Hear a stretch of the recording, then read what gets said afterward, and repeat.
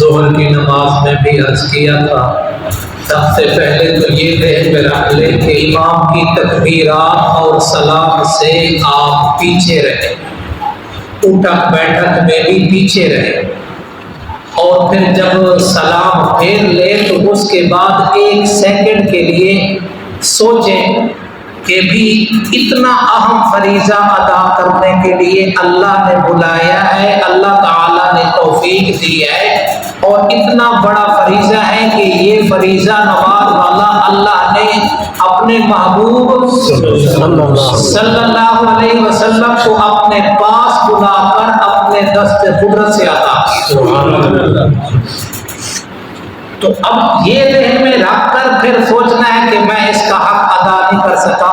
اللہ اکبر، اللہ بہت بڑا ہے، اللہ اکبر کہیں، پھر 3 دفعہ استغفر اللہ استغفر اللہ استغفر اللہ، تو اس کی نماز کی کمی کوتاہی کو اللہ دور فرما کر اس کی نماز پہ قبولیت کی مہر لگ جائے گی۔ سبحان اللہ۔ استغفار بڑی چیز ہے، اور نماز پڑھ لی ہے، اب گھر کو جا رہے ہیں، اٹھ کے جانے لگے ہیں، بجائے اس کے مسجد سے باہر نکلے باتیں کرے، کوئی 20 25 40 دفعہ استغفار استغفر اللہ استغفر اللہ استغفر اللہ کرتے جائیں گے تو اس پہ اور سونے پہ سہاگے والی بات بن جائے گی۔ ہر اچھے عمل کے بعد استغفار کرنا نبیوں کی سنت ہے، گناہوں کے بعد استغفار کرنا مومن کی شان ہے، اچھے عمل کے بعد، کیونکہ نبی کے ہوتے اعمال اچھے ہیں، لیکن یہ سمجھانے کے لیے کہ اچھے عمل میں کر کے بھی استغفار کروں گا تو یہ نبوی طریقے کے ساتھ نسبت ہوگی۔ نبوی طریقہ یہ ہے، انبیاء کی سنت یہ ہے کہ اچھے عمل صالح عمل، نبی کا ہر عمل صالح، اچھے عمل کے بعد بھی وہ استغفار کیا کرتے ہیں۔ آقا صلی اللہ علیہ وسلم نے فرمایا من لازم الاستغفار، جو استغفار کی کثرت کرتا ہے، فرض نماز پڑھے اللہ اکبر استغفر اللہ استغفر اللہ استغفر اللہ، پھر اس کے بعد نکلتا ہے تو گھر کر جاتا ہے پھر استغفر اللہ۔ من لازم الاستغفار، جو استغفار کی کثرت کرتا ہے اللہ تعالیٰ اس کو 3 انعام عطا کرتا ہے، اور وہ تینوں انعام میری اور آپ کی، پڑھے لکھے انپڑھ ہے، شہری ہے دیہاتی ہے، مالدار ہے غریب ہے، سب کی یہ تینوں چیزیں ضروری ہیں، ان کی ضروریات میں سے ہے کیا؟ جعل اللہ لہ من کل ضیق مخرجا، اللہ تعالیٰ ہر تنگی سے اس کو نکال دے۔ سبحان اللہ۔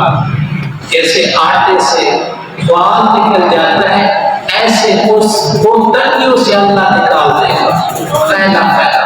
دوسرا فائدہ وَمِن كُلِّ هَمٍّ فَرَجًا، اللہ تعالیٰ اس کے ہر غم کو دور کر دے گا۔ سبحان اللہ۔ تیسرا فائدہ وَيَرْزُقْهُ مِنْ حَيْثُ لَا يَحْتَسِبُ، ایسی جگہ سے اللہ تعالیٰ اس کو روزی عطا کرے گا جہاں سے اس کا وہم و گمان بھی نہیں ہوگا۔ سبحان۔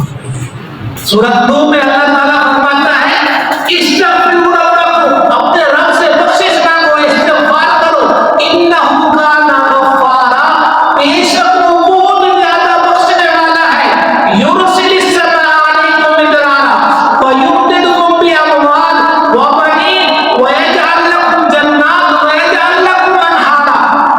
یہاں بھی اللہ تبارک و تعالیٰ نے استغفار کے فائدوں کا تذکرہ کیا ہے۔ حسن بصری رحمۃ اللہ کے پاس ایک شخص آیا، کہا سالی کی شکایت کی، انہوں نے اس کو استغفار بتایا۔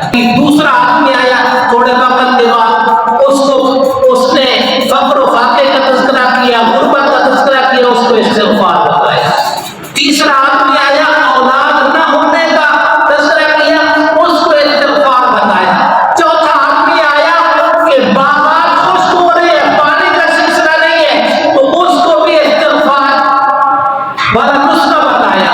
تو ایک بیٹھا ہوا تھا آپ جیسا آدمی، حسن بصری کی مجلس میں بڑے لوگ بیٹھتے ہوں گے نا، آپ بھی بڑے ہیں ماشاءاللہ، اللہ تعالیٰ کی توحید کو مانتے ہیں، نبی صلی اللہ علیہ وسلم کی ختم نبوت کو مانتے ہیں، اس سے بڑا اور کون ہو سکتا ہے؟ اس سے بہتر کوئی ہو سکتا ہے؟ تو فرمایا کہ یہ انہوں نے کہا کہ آپ نے بیماریاں رہتا ہے، نسخہ ایک ہے، فرمایا یہ نسخہ میرا نہیں ہے، یہ نسخہ اللہ تعالیٰ کا بتایا ہوا ہے۔ اللہ تعالیٰ نے یہ نسخہ تدبیر کیا ہے، ان تمام بیماریوں کا ایک ہی نسخہ بتایا ہے۔ کیا فرمایا؟ استغفروا ربکم انہ کان غفارا، بخشے طلب کرو، وہ بخشنے والا بڑا مہربان ہے۔ یرسل السماء علیکم مدرارا، وہ تم پر موسلادھار بارشیں برسائے گا، تمہاری ضرورت کے مطابق ہوگی۔ وَيُمْدِدْكُمْ بِأَمْوَالٍ وَبَنِينَ، اور تمہارے مال اور اولاد کو بڑھائے گا۔ وَيَجْعَلْ لَكُمْ جَنَّاتٍ، اور تمہارے باغات کو سرسبز بنائے گا، اس کے اندر پھل جمائے گا۔